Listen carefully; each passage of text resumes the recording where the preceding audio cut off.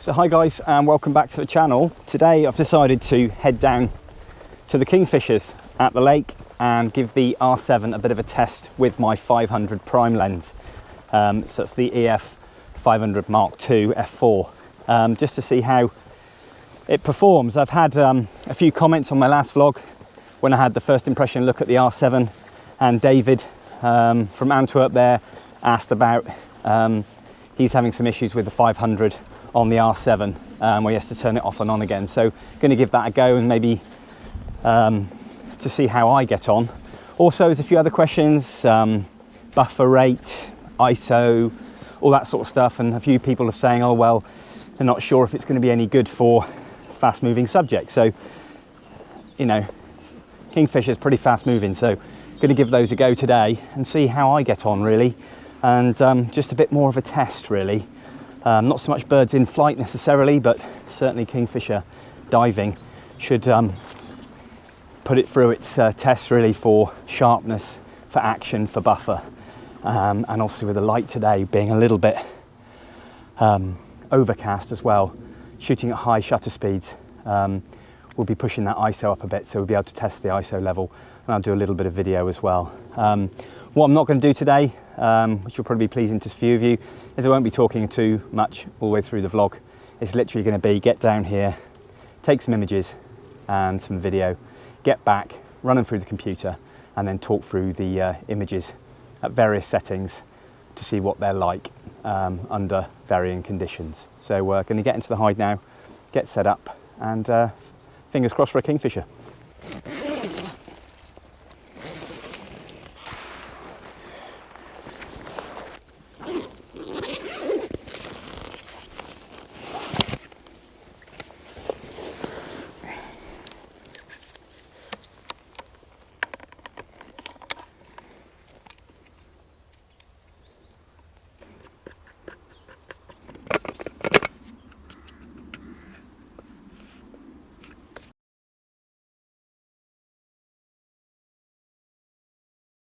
So guys, that completes like 4.5–5 hours in the hide today for the Kingfishers, and a really slow start. First couple hours it was really quiet, just a couple more hen, that was about it. But had a nice encounter with a load of mallard. Had a nice encounter with a water rail, and I've never ever photographed a water rail before. Notoriously shy birds, common but really shy. Often hear them but don't see them. They make like a pig squeal noise, purr, all sorts of odd noises. But and I learnt quite a few new things about the camera today, which was always the case because I haven't used it much. And we'll go into those when we get back to the computer. I'm going to have a chat, go through the images, took them at various settings, used C-RAW, used RAW. And I did find the buffer a challenge at times as I got the Kingfisher in just at the end. Literally I had 20 minutes to go and in come the Kingfisher, and zapped off a load of images, shot a bit of video as well, just see what the quality's like in good light. And for the diving shots, yeah, there was a little issue there, shooting in RAW, getting 31 shots with the fastest card that I could buy, and then I switched over to C-RAW, but that then gave me about 46 shots for the buffer field. There was a slight delay and then it recovered quite quickly, but go into a bit more of that a bit later on. Now I'm going to head home, cup of tea, get on the computer, download the images, and we'll see how it fared. So hi guys, we're back home now. I've just downloaded all the videos and to a separate file, and I've just downloaded all the images into Lightroom. I've gone through, I've deleted out all the ones that weren't particularly good, and I've kept the ones that are pretty much acceptable for the moment. And to be honest, first impressions, quite pleased straight away out the bag, but there are a few things that I wish I'd done a little bit different, but this is only my first time with the Kingfishers with the R7. So what we're going to do now is going to go through certain images at different settings just to look at them and see how they fared. This is just a quick look through. I unfortunately didn't get any diving shots, which is a bit of a shame. The focal length was too long and it was a bit tricky to you know, move back any further due to the position I was in. So that's something I'm going to do at a later date. But just looking at the images purely for just the portrait side of things, I did try the burst rate max with the camera, and I got a few little things that I want to talk about there. But first impressions though, really impressed, and we'll go through those images now. What I've done is I've put these through into a smart collection into Lightroom for the images I just want to go through. We've just got water rail here and we've got the Kingfisher. Just starting here now, going through. Now this water rail was shot at a fair distance. Here ISO setting is 1000 at 500 at 5.6 at 1 1/800th of a second. Just zooming in there now, 100%. Obviously a little bit noisy around the edge there. The light was quite dim and it was just coming out of the reeds, but there, that's not too bad. Looking at it there, fairly sharp, a little bit blurred around the eye, but obviously a bit of image manipulation there, playing around with that. That probably retained quite a lot of sharpness and bring that out. So I'm quite pleased with that really, not too bad at all.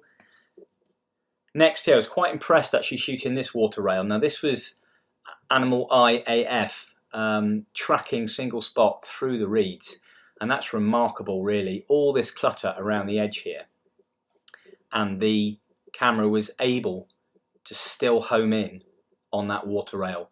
A very secretive shy bird there, zooming right in. So that's ISO 1600 at 500mm at 1,000th of a second at f4.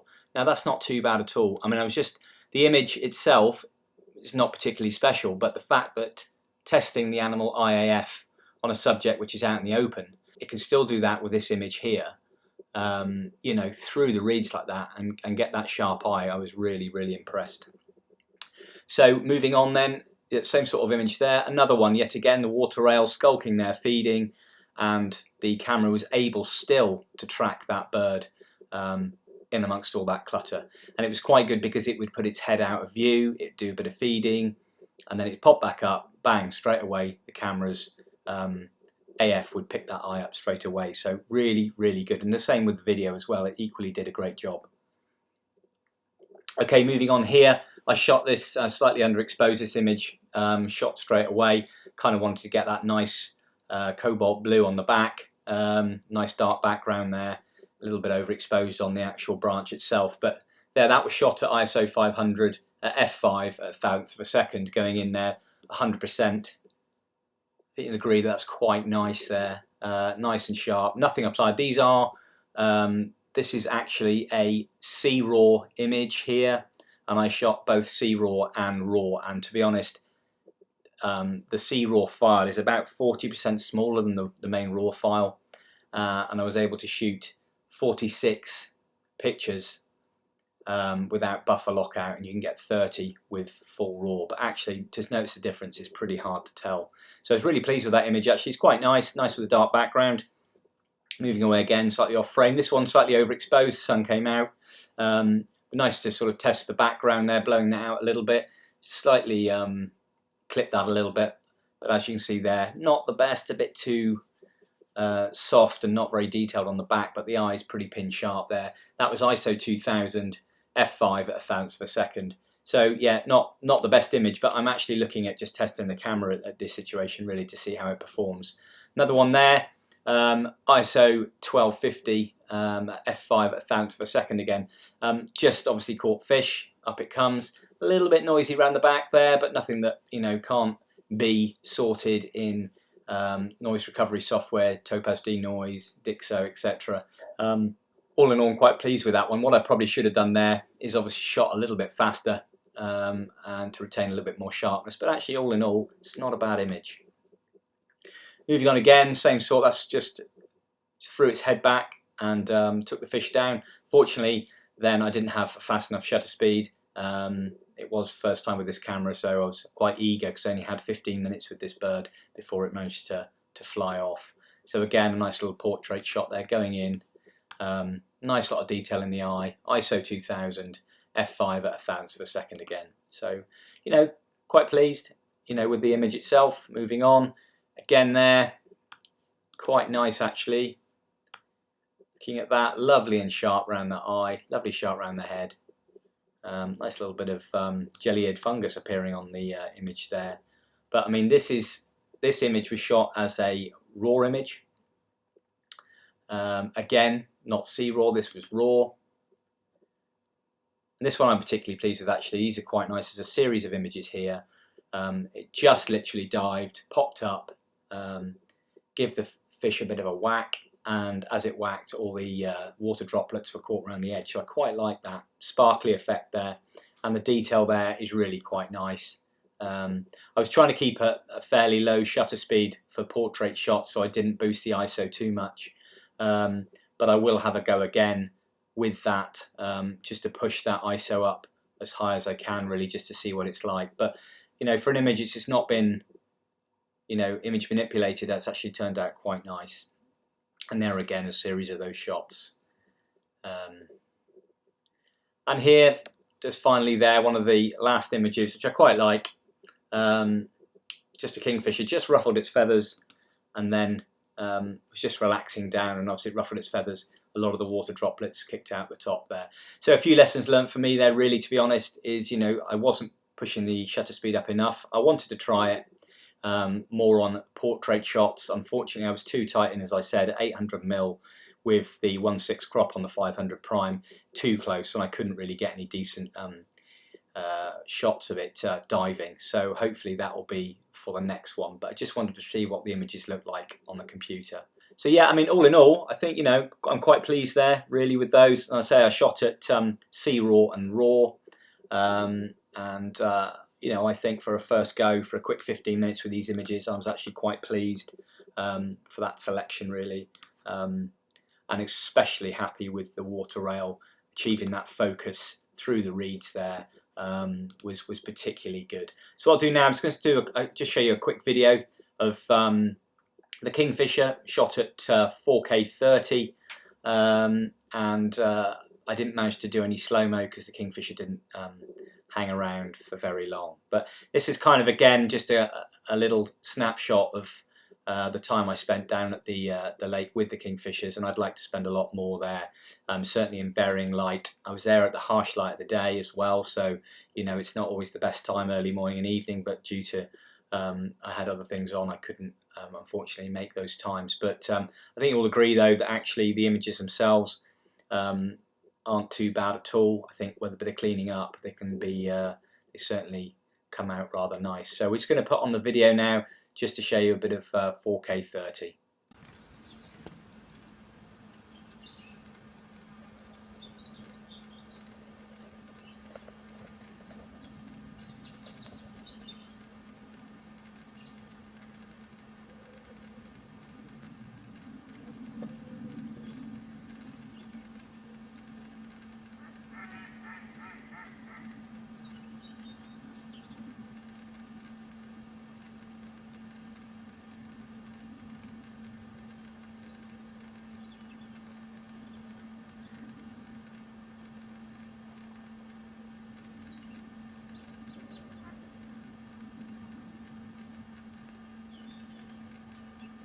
Really pleased with that actually. First go, that's let's say at 4K 30. So just going to show the water rail here at 4K 30. Took a while to get to position. Okay, so here we are now. The camera's locking on that eye, shooting the video, and it's retaining focus on that eye particularly well. Considering of all that clutter, I would say that was a pretty good effort from the camera there, really. A very shy bird, and it kept moving off the eye onto the head, onto the body, and then back onto the eye again. So really, really pleased with the IAF on that lovely little water rail there. So guys, that pretty much completes my assessment of the R7's performance today with the Kingfisher. As much as I'd like to have got some diving shots of the Kingfisher, unfortunately, as I said before, I was a little bit too close with 800 to get that sufficient space to get the drop for the Kingfisher diving. But still, had a look at some nice portraits today, a tiny bit of feather movement and stuff like that. And overall, I was really pleased with the image quality and the noise as well, which I didn't think was too bad at all. I did try a few diving shots just off the perch, and I did manage to achieve buffer lockout on those using RAW. I did find that was a bit frustrating, just a tiny bit. I should have been more selective with the shots. The time it took the Kingfisher to then dive to come back up to the post, to then fire away the shutter, hoping to get the action on the way back in. And then I switched over to C-RAW then, which gave me 46, and I found that a lot better. Unfortunately, I didn't catch any decent shots there as well. And I was pushing that shutter speed a little bit higher and that ISO further up. But, you know, it's a bit of a shame there, but it was quite difficult to achieve that. But all in all, though, I was really, really pleased with the overall image quality, which is what it's all about, really. But I want to further test that with I've got a 300 f2.8 prime, which will give me 420 under the crop, which will then give me a nice drop as well for some of those Kingfisher in-flight diving and recovery shots back to the perch. The same with the thrashing the fish, etc. Push that a little bit more. But it was just a bit of a snapshot today to have a look at it. And I'm using the most fastest cars possible, 300, so SanDisk XC cards, UHS 2s, 128 gig I had there, a great card, and that's the fastest I could get. And actually, one other thing about the buffer as well, filling, is that although it did take a couple seconds to recover, it didn't count back up to 30 or to 46. It went straight back to that, and then I was back on it again. And I found the 46 was an awful lot better as well. No, all in all, I was really pleased with the performance and the image quality today. So guys, also today it was good to use the C-RAW and the RAW, and to be honest, I've had a look through on the computer and I've not seen any difference whatsoever with the C-RAW and the RAW file. The file dimensions are the same, but obviously the size of the file, as in the capacity side of things, is 40% less than the RAW file. And I think for anybody's workflow, that's a bit of a space saver there. There obviously is a lossless there, I think, and it's slightly compressed, but you know, I'm not going to go in depth on that. Personally, I think what I see on the screen, I'm happy with. And there's loads of stuff online, people that go in depth between RAW and C-RAW. But overall, 40% saving. You get an additional 16 shots before the buffer fills. Happy all day long, really. I've not tried it on the R3 because that can handle the buffer quite well, so I'm not really too much of an issue there. But for me to see that in action, I'm more than happy to use C-RAW for fast action.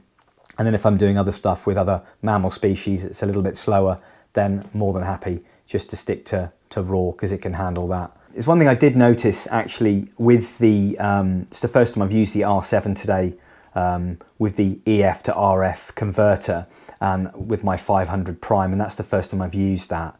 And I found the battery life fine, didn't have a major drain on it.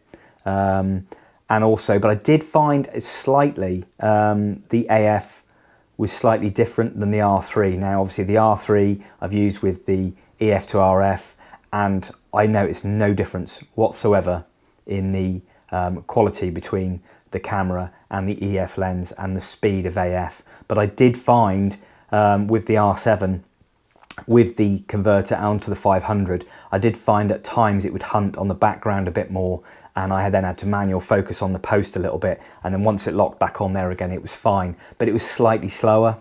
So there's a difference there, and I found that happen quite a bit. Frustratingly, you know, a little, I suppose, but with the R3 I never found that. It seemed to, once it recovered, it was fine. But if I'd go off and focus on the reeds at the back and come back again, it would take a while to then find the post. I think there was too much in the background for it to focus on. I found that was a little bit frustrating, but really, once it locked on, it was absolutely fine. And also, I didn't find any issues with completely losing communication with the 500. I found that perfectly fine. And I'm not sure what it's going to be like using a bigger lens, an old EF lens with an RF converter doing birds in flight. But I found using the R7 with the RF 100 to 500 and using my RF 70 to 200, there was no problem whatsoever. in focus lock. So I think there is a slight difference there with the R7 to the EF lenses, but certainly never found that an issue on the R3. But so guys, I hope you enjoyed watching that little snapshot today. Didn't achieve as much as I wanted. I wanted to push that ISO level quite a bit higher. With the varying weather conditions, being sunny, being cloudy, I wanted to maybe push that ISO up a little bit, push that shutter speed up a little bit, but I was trying to keep down on the shutter just to see what the quality of the images are like with a lower ISO rather than pushing that grain too much. But it is just a quick afternoon sesh with the R7 with the Kingfishers, and I was perfectly happy with it. The R7 is a great camera. It isn't a pro body camera. I do believe that it's a great backup to have in anybody's bag, to be honest. It's a very capable camera. It has limitations. It isn't going to have the weatherproofing of a pro body. It's the AF is probably very slightly under maybe than the R3, but the battery life isn't as good. They have got the buffer lockout. I mean, it's £1,350 versus a camera that's nearly £6,000. It's going to be massively different. But me using an R3 day in, day out, then using an R7, there was very little difference.